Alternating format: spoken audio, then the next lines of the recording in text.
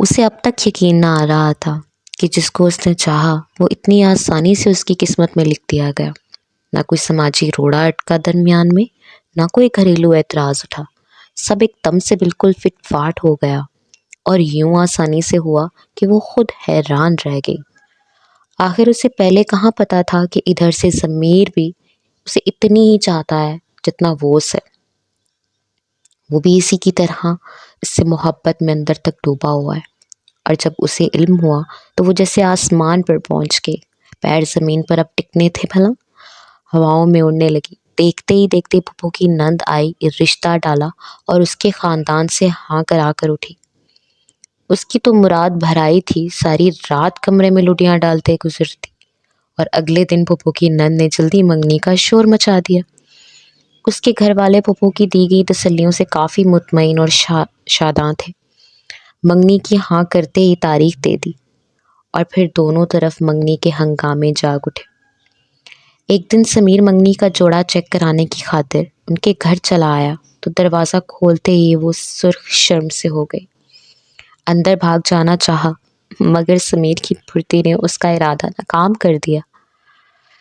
اس نے اسے کلائی سے پکڑا۔ خوش ہو اور فون کروں گا۔ اس نے سرگوشی سے اسے آس لگائی تو وہ اگلے 10 دن فون کی اسکرین کو دیکھ کر پاگل ہوتی رہی، مگر سمیر کو شاید یاد ہی نہیں کہ اس نے یہ بات کہی تھی۔ کاش وہ اس وقت وعدہ نہ کرتا، جو آج اس ناراضگی میں ڈوبی ہوئی فون ہی کی تو نہ رہ کے جاتی۔ وہ اندر ہی اندر خود کو کوستی رہی کہ اس وقت اسے پکا وعدہ کیوں نہ کرا لیا۔ منگنی کے دوسرے ہفتے فون کے اس پار سے آتی سمیر کی بھاری مگر میٹھی آواز نے اس کے حواس ہی نیز ساتھ اس کا دل بھی کھینچ لیا۔ کیسی ہو؟ اس کا پوچھنا تھا۔ اس کا جی چاہا کہ اپنا دل کھول کر سارے کا سارا اس کے سامنے رکھ دے، مگر حیا آڑے آ گئی۔ وہ دھیما سا مسکرائی۔ اچھی ہوں، وہ تو میں بھی جانتا ہوں، اسی اچھے پن نے تو جیسے اچھے خاصے عقل و شعور والے بندے کو بے عقل کر دیا ہے۔ سمیر نے اپنی جرم محبت کا اعتراف کیا تو اس کا دل بھی دھڑک گیا۔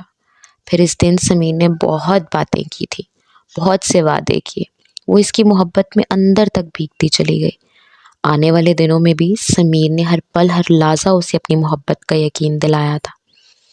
اسے بتا رہا تھا کہ اس کے بغیر اس کا دل کس قدر بے چین اور راتیں کتنی بے سکون ہیں۔ وہ اس کی ایسی محبت بھری باتیں سن کر خود کو دنیا کی خوش قسمت ترین لڑکی سمجھنے لگی، جس کا چاہنے والا منگیتر تھا اور اس کے بغیر خود کو ادھورا سمجھتا۔ پھر کہاں نہ خود پر اتراتی۔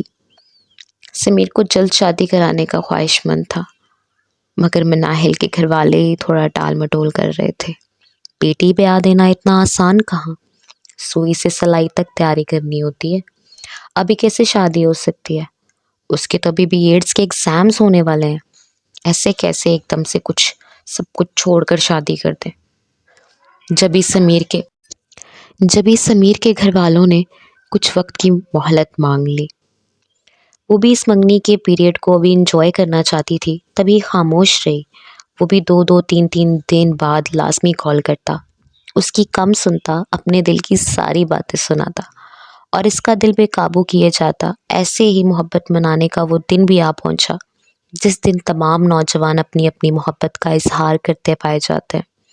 اس دن وہ سارا دن فون کے ساتھ چپکی بیٹھی رہی، اور آنکھیں تھیں کہ باہر دروازے پر جمی تھی، جہاں سے اسے سمیر کے کسی سرپرائز کے آنے کا انتظار تھا۔ اسے پورا یقین تھا کہ وہ آج کا دن قطعی طور پر مس نہیں کرے گا۔ پھول اور کارڈ لازمی بھیجے گا، مگر صبح سے دوپہر، دوپہر سے شام، اور پھر شام سے رات ہو گئی، اس کا میسج تک نہ آیا۔ حالانکہ اس نے وہ ساری رات اس کے کال کے آنے کا انتظار بھی کیا تھا، مگر فون بج کر نہ دے رہا تھا۔ جب رات اس کی آنکھ کھلی تب اس کی آنکھیں کافی حد تک سرخ اور بھیگ چکی تھی۔ خالی دامن سی وہ کب سوئی اسے کچھ معلوم نہ ہو سکا۔